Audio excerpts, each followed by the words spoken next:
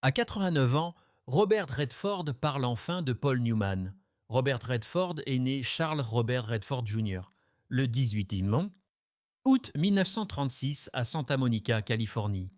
Ayant grandi dans un foyer modeste, il a été profondément influencé par sa mère, Martha Hart, illustratrice indépendante et artiste commerciale, qui lui a inculqué une appréciation de la créativité et de l'esthétique, et par son père, Charles Robert Redford Sr., qui travaillait comme chimiste et technicien de laboratoire, lui offrant une influence stabilisatrice qui équilibrait ses impulsions imaginatives. L'éducation de Redford, Californie du Sud, l'a exposé à la culture dynamique de la région ainsi qu'au glamour et au mystère d'Hollywood, semant les premières graines de sa future carrière d'acteur et de cinéaste. Les premières études et les expériences formatrices de Redford ont été tout aussi importantes. Il a fréquenté Van Nuys High School où il a nourri son intérêt pour le théâtre et la performance participant à des pièces de théâtre scolaires et explorant diverses formes d'expression créative. Après le lycée, il s'est inscrit à l'Université du Colorado, où il a d'abord étudié l'architecture, démontrant ainsi sa grande curiosité intellectuelle. Cependant, sa passion pour les arts l'a finalement éloigné de l'architecture et l'a rapproché du jeu d'acteur, l'incitant à suivre une formation formelle interprétation. Il a étudié à l'American Academy of Dramatic Arts de New York, une institution prestigieuse qui lui a offert une formation rigoureuse et l'a présenté à des mentors influents qui ont reconnu son talent naturel et son potentiel.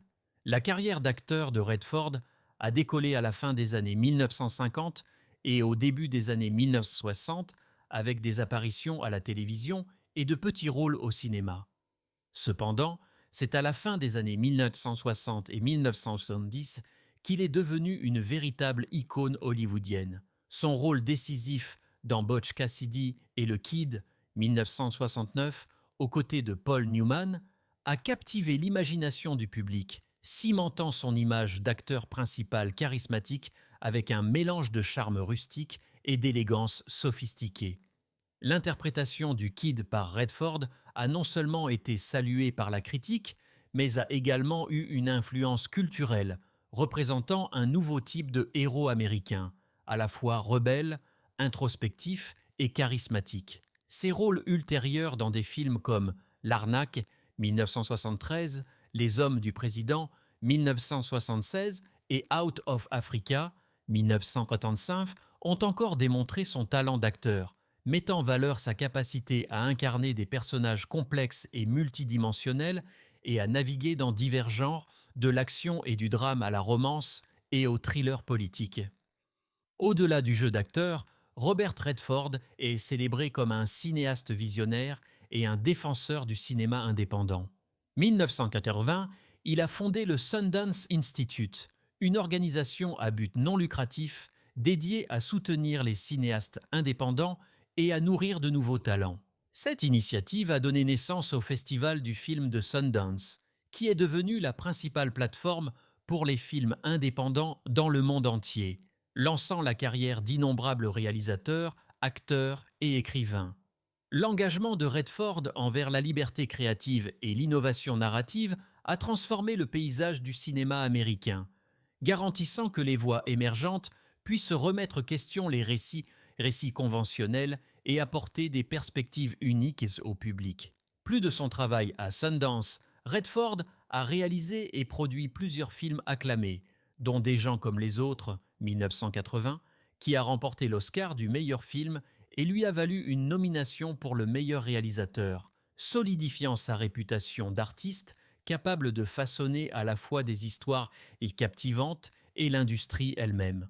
Au milieu des années 1980, Robert Redford a continué à consolider sa réputation comme l'un des acteurs les plus polyvalents et captivants d'Hollywood. Au cours de cette période, il a joué dans des films notables tels que Le Meilleur, 1984, un drame sportif qui a mis valeur la capacité de Redford à transmettre à la fois du charisme et une profondeur émotionnelle alors qu'il incarnait Roy Hobbs, un joueur de baseball avec un mélange de talent, de vulnérabilité et une qualité presque mythique qui a résonné auprès du public.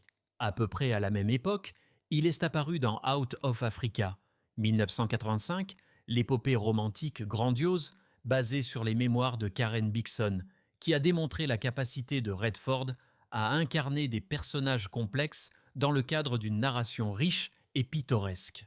Au-delà de ses performances à l'écran, Redford a également commencé à explorer de plus sa passion pour la réalisation. Cette inclination était évidente avec La guerre des Milagro Binfield, 1988, un film qu'il a réalisé d'après le roman de John Nichols, qui lui a permis de combiner ses sensibilités artistiques avec une narration socialement consciente. Dans ce projet, Redford a navigué dans un récit sur la communauté, la corruption et l'identité culturelle, prouvant que ses talents s'étendaient bien au-delà du jeu d'acteur pour devenir un style de réalisation nuancé et observationnel. 1992, Redford a encore renforcé sa réputation de réalisateur talentueux avec Et au milieu coule une rivière, un drame familial acclamé par la critique qui plongeait dans les thèmes des liens familiaux, de la perte personnelle et de la beauté subtile de la nature, mettant en vedette Brad Pitt et Craig Schfer. Le film a permis à Redford de fusionner une cinématographie lyrique avec une narration intime, illustrant sa capacité à susciter des performances puissantes de jeunes acteurs, tout conservant un ton réflexif, presque poétique. Sa réalisation a été largement saluée pour sa sensibilité et son talent artistique, renforçant le statut de Redford non seulement tant qu'icône de l'écran, mais aussi tant que cinéaste capable de créer des expériences cinématographiques profondément émouvantes. 2 ans plus tard, 1994, Redford a réalisé Quiz Show,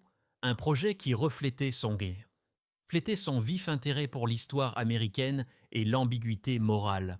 Le film examinait les scandales des jeux télévisés des années 1950, dans lesquels des émissions de télévision populaire étaient truquées pour augmenter les cotes d'écoute, et offrait une critique acerbe de l'éthique des médias, de l'influence des entreprises et de l'érosion de la confiance du public. S'attaquant à un sujet aussi controversé et intellectuellement stimulant, Redford a démontré sa volonté d'aborder des questions de société complexes à travers le cinéma, tout mettant en valeur sa précision dans l'équilibre entre la tension dramatique, le développement des personnages et l'exactitude historique. Redford a continué à naviguer sur la double voie du jeu d'acteur et de la réalisation à la fin des années 1990. 1998, il a à la fois joué dans et réalisé L'homme qui murmurait à l'oreille des chevaux, un film qui combinait un récit profondément émotionnel avec une cinématographie à couper le souffle de l'Ouest américain.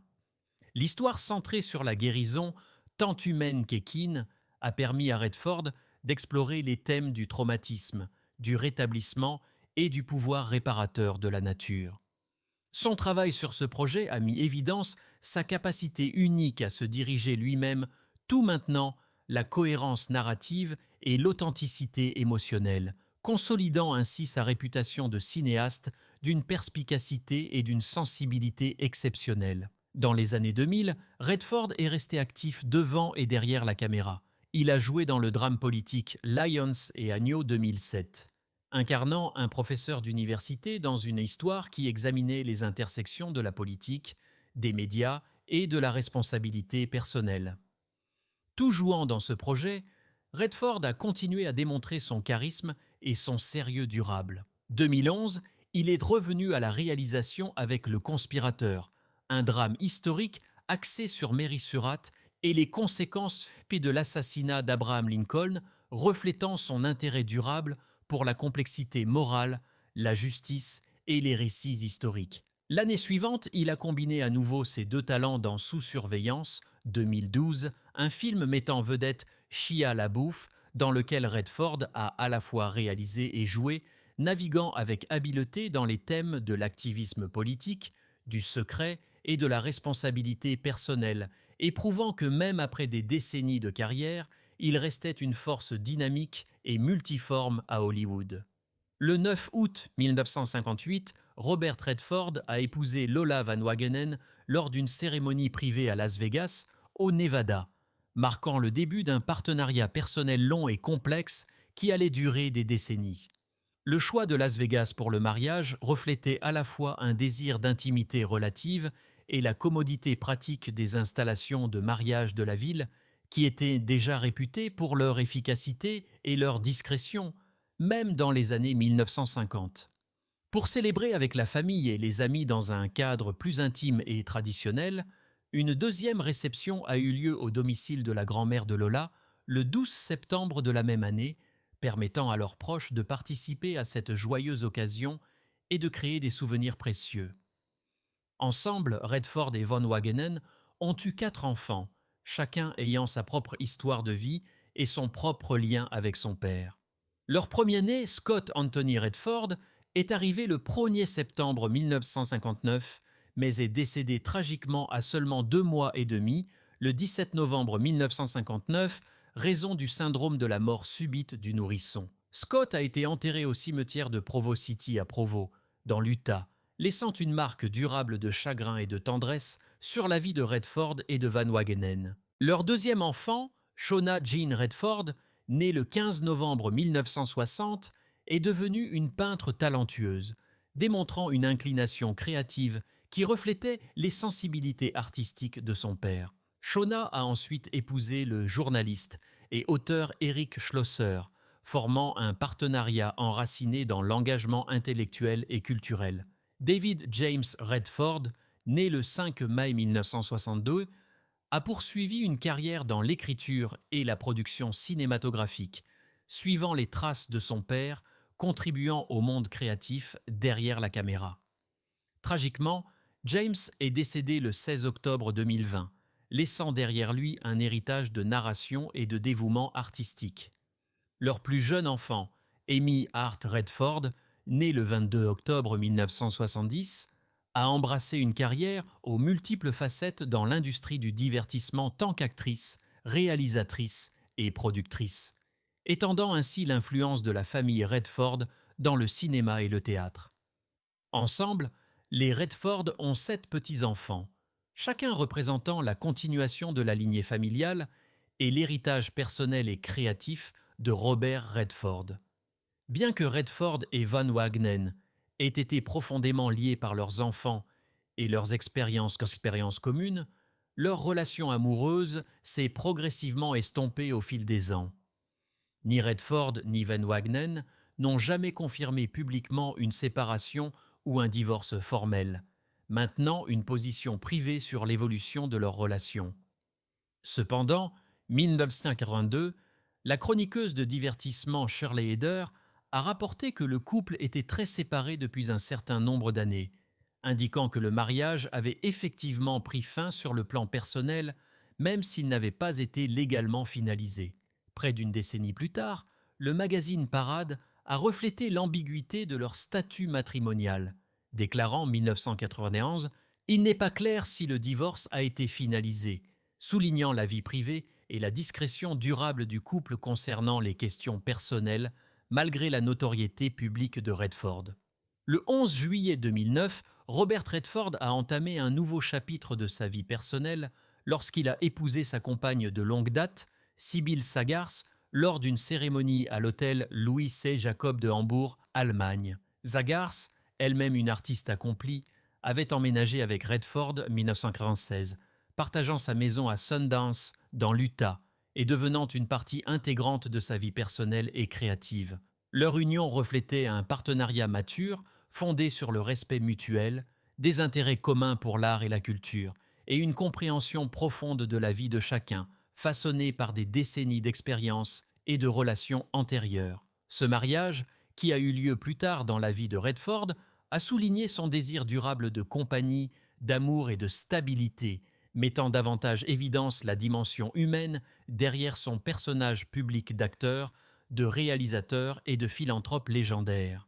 À l'âge de 89 ans, Robert Redford, l'une des figures les plus emblématiques et les plus durables d'Hollywood, s'est enfin ouvert sur son amitié et son partenariat professionnel de plusieurs décennies avec l'acteur légendaire Paul Newman. Les réflexions de Redford offrent un aperçu rare et intime de la profondeur de leur lien, une connexion qui allait bien au-delà du grand écran. Dans ses remarques, Redford ne s'est pas retenu, parlant avec franchise et avec le genre de perspicacité qui ne vient que d'une vie d'expérience partagée et de respect mutuel. Paul était le genre de personne qui améliorait tous ceux qui l'entouraient, a déclaré Redford, se souvenant du charisme et de l'humilité naturelle que Newman avait devant et derrière la caméra. Il a décrit comment, même au sommet de la gloire, Newman n'a jamais permis au succès d'obscurcir son sens de l'humanité ou sa générosité. Les mots de Redford traduisent non seulement de l'admiration, mais une profonde affection personnelle qui témoigne du type rare d'amitié forgée dans le creuset des pressions d'Hollywood et du monde collaboratif du cinéma. Redford a également réfléchi à la dynamique unique de leur collaboration professionnelle. Nous avions cette compréhension tacite sur le plateau, a-t-il expliqué, détaillant comment leur respect mutuel leur permettait de se pousser mutuellement sur le plan créatif, tout maintenant une camaraderie légère qui rendait les longues journées de tournage transparentes.